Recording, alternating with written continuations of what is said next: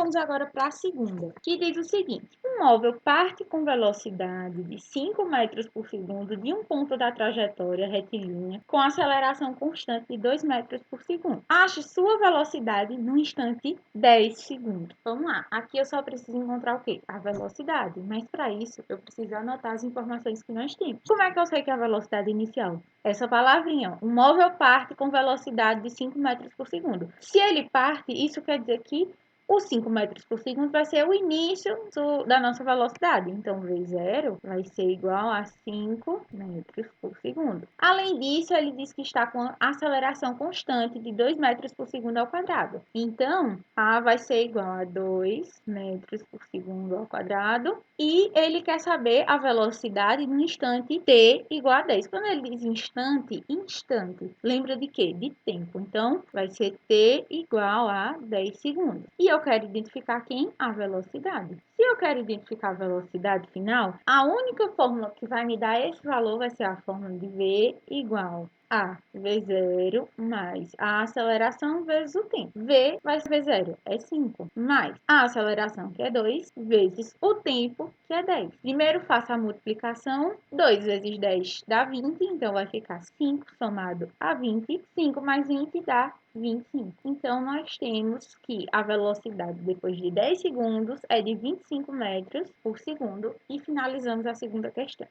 Agora, na terceira questão, diz o seguinte: em 2 horas, a velocidade do carro aumenta de 60 km por hora a 120 km por hora. Qual a aceleração nesse intervalo de tempo? Então, eu quero descobrir quem? A aceleração. Preciso identificar esse valor. Mas, para isso, eu tenho que identificar os valores que tem na questão. Então, vamos lá. Em 2 horas, isso quer dizer o seguinte, que o tempo vai ser igual a 2 horas. Ele diz que o carro aumenta a velocidade de 60 para 120, ou seja, ele estava com a velocidade inicial de 60 km por hora, então V0 é 60 km por hora, e ele vai para uma velocidade final de 120, então V final vai ser 120 km por hora. Então, nota o seguinte, eu tenho V inicial e V final, eu tenho um tempo e eu quero descobrir a aceleração. Qual é a fórmula que tem todos esses componentes? A fórmula da velocidade, novamente. V igual a V0 mais a aceleração vezes o tempo. Onde V final é 120, V inicial é 60, mais a aceleração, que é o que eu preciso descobrir, vezes o tempo, que são 2 horas. Eu posso